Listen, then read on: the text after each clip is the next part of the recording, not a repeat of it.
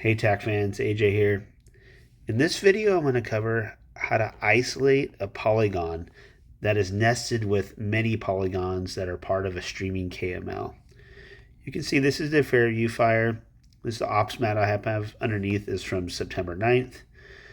This is the current streaming KML from FIRIS. And as they fly, they keep building more and more polygons. And they do try to go in there and clean them up and remove data that's not as relevant. And if they fly multiple times in a day, your map may look like this, where you've got polygon after polygon after polygon. You can see as I bring the ops map in closer, there's a polygon that lines up right with where the fire line symbology is when they made this map. And you can see there's another polygon that goes beyond this. This would identify growth.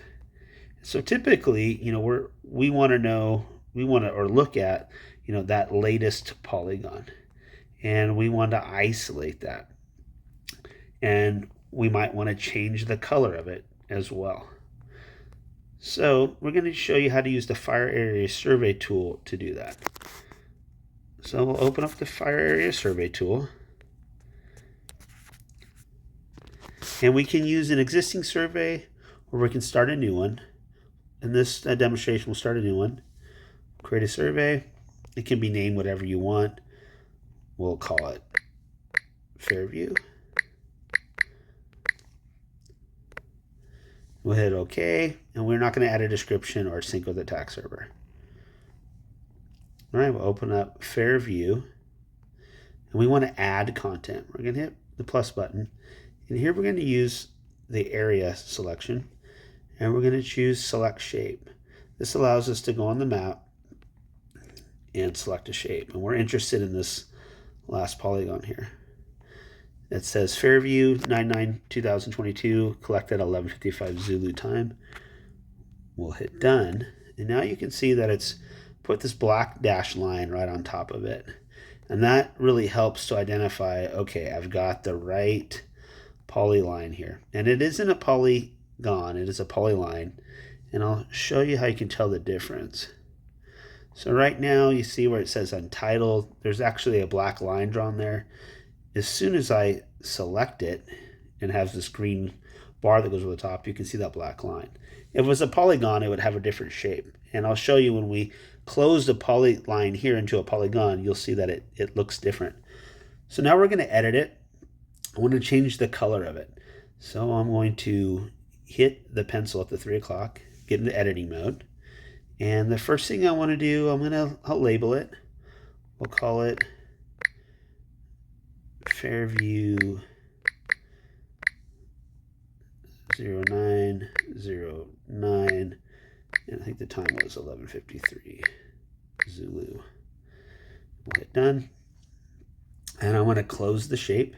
Now it's made into a polygon, and now you can see that instead of having a start point and an end point, and I hit close, now I'm getting area, and I can change that area to acres if I want, and now I've got its 28,709 acres.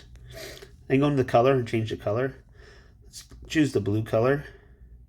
Okay, and you can change the fill if you'd like, change the width of the line, and I can go from a dash to a solid, a dotted, or an outline. We'll go to solid. And we'll hit end editing. And now I can go back into the map, and you can see that it's changed that from that black dotted line to the blue line. And right now it's sitting right on top of the streaming KML polyline. And now all right, I only want that line. So now we need to get rid of the FIRIS KML.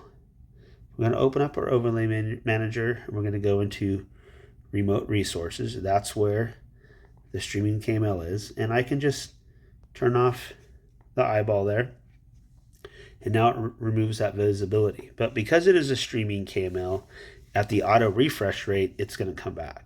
So if I just want this off for good, go into the pencil, hit the auto refresh off, hit update, and now it's not going to stream anymore.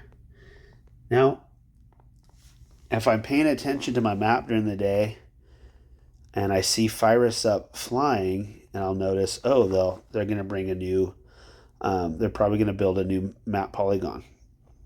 I can go back into my remote resources.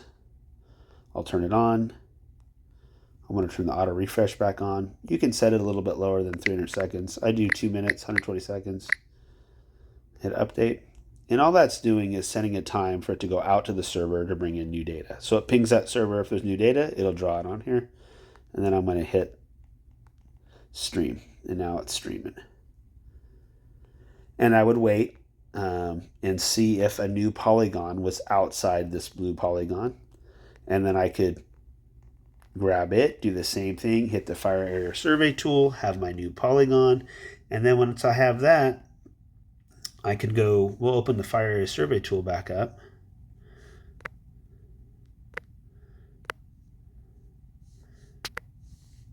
We'll go back, got a lot of things open here.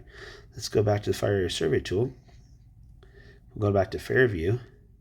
And one thing I'm going to show you that you can see Fairview, it doesn't have that squiggly line. Now it's a closed polygon. And now I could just hit the trash can and remove it. And then I could start the same process again, hitting the plus button, hitting the area, and then select shape, and then grabbing another one of these polygons. For practice sake, although this polygon isn't outside the perimeter, we'll just grab a different one. We'll grab this one, and you can see it's got that dotted black line over it. I can select it. We'll change it. I'm not going to name it. We'll close it. We'll change it to yellow. And now you can see I've got these two polygons, and we can just keep going on and deleting and adding as necessary. And then I can just hit the trash can and get rid of this untitled item. And there you go. I hope this is helpful. The FIRIS data is super helpful. Like I said, they do get behind sometimes. They're very busy flying a lot of missions, and you can kind of get stuck with some of this data and feel like, oh, it might be spamming my map. But there's a lot of things we can do with it with that fire area survey tool. I just wanted to give a shout out to the Colorado Center of Excellence who funded the fire area survey tool for all of us to use. Thanks for watching.